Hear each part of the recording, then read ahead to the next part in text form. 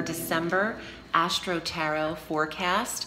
And thank you for your patience and for your concern. I'm fine, I just wasn't. I had strep throat and it was a horrible cold. I couldn't record these in a timely fashion, but I appreciate your patience.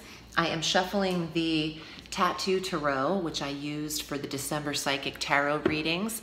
I'm loving the imagery. It's just beautiful. So today is the 6th of December.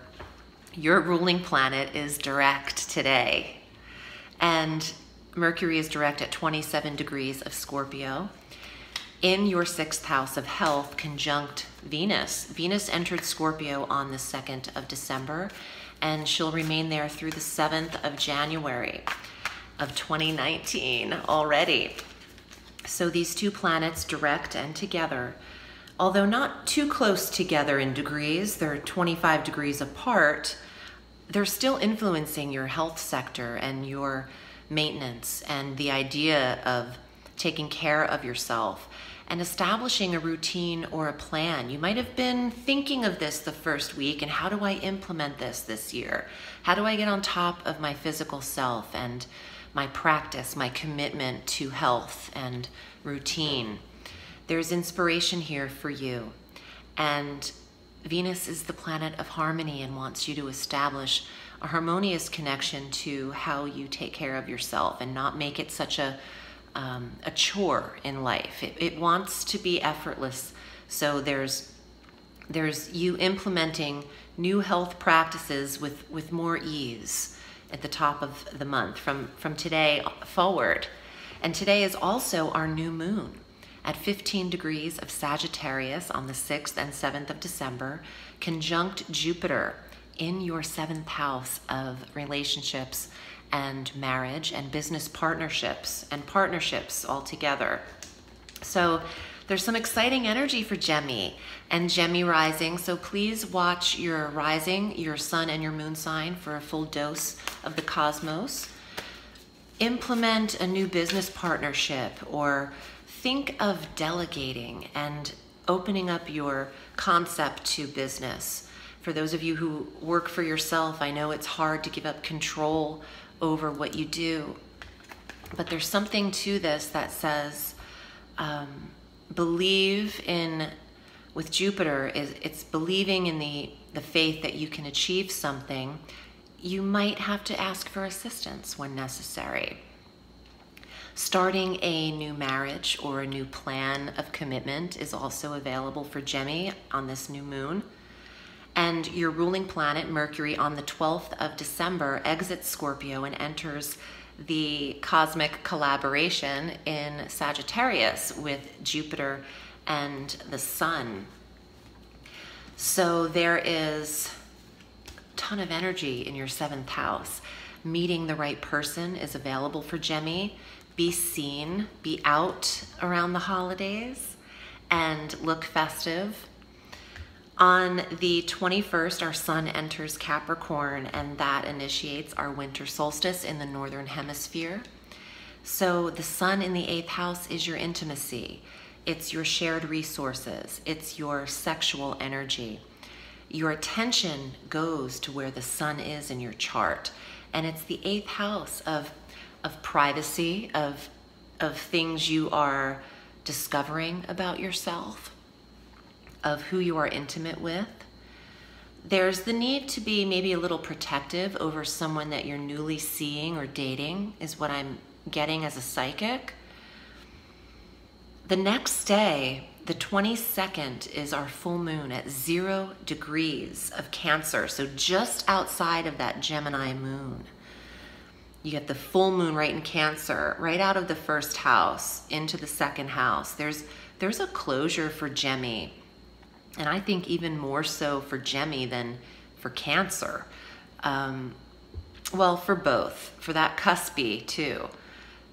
Putting an end to the worry about how you are to provide for yourself. Release the fear of not having enough, not being enough. That's what this is about. It's growing your confidence. It's believing that you have everything that you need already and nothing more. in that space, creating that mindset allows for prosperity and allows for self-confidence and attracting the right people to you. It's the beginning steps needed to align you in a more prosperous way, which is what your second house is. And happy holidays, because we'll pass the 25th. If you celebrate Christmas, Merry Christmas to you.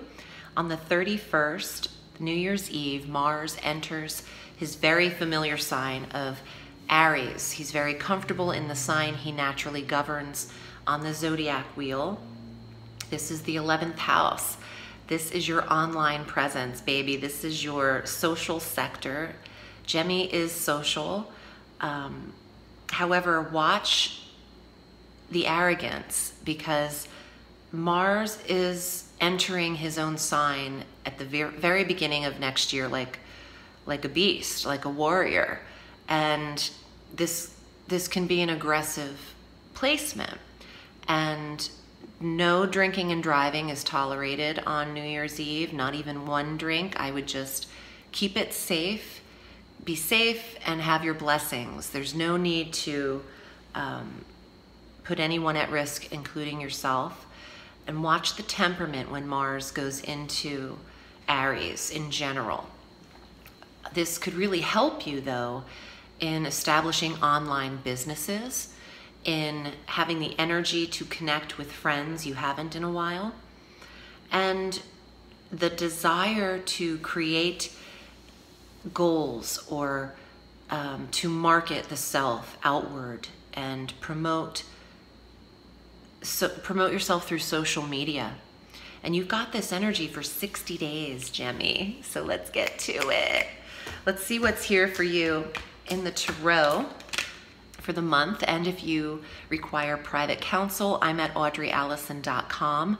I read all through the week, and the show more section below, this little bolded show more, click that and it takes you to all my links. Vimeo on demand medium messages are available. My tarot e-course is available. The song that you hear before and after is my song. It's also available. And booking readings with me on my site, you can get there too. So Gemini, thank you for your support always. Here are your cards for the month. 8 of Cups, you're not looking back anymore. I just heard, no letting go, no holding back. Who is that? Wayne Wonder. Yes. Okay, 8 of Cups. You don't need to be emotionally attached to the past. Gemini's creating their new way in relationship. Let's see what else is here. There's no need to be longing for what once was. And who's this guy? Oh, that's the Gemini, Knave of Swords. Look at this psychic eye tattoo right on his neck. That's fierce.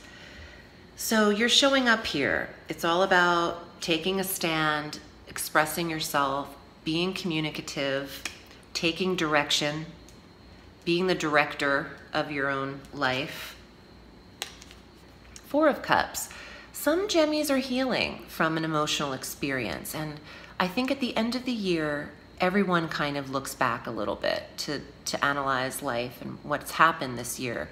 So you just might have the tone of bittersweet memories. Now I'm hearing Whitney Houston. Oh, R.I.P.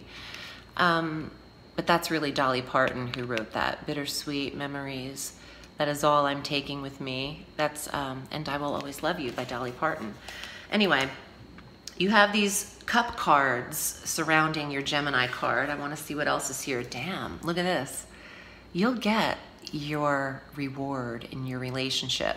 You've got that 7th house with Jupiter there for the full year. Jupiter is with you in your relationship sector for a year. So the 10 of Cups is marriage, is happiness, fulfillment, love, abundance, completion. And one more. Oh my God. I want to sing hallelujah. Okay, the Sun. Gemini might be getting married. Gemini might be committing and saying goodbye to old emotional attachments or wounds and looking forward to the sun. I'm hearing so many things. Nina Simone is now coming to me. Here Comes the Sun. This is a lot of music references coming up for Gemini. I am in love with this reading, even though the Eight of Cups and the Four of Cups might have you, emotionally attached to something from long ago, or maybe even the last relationship that you had.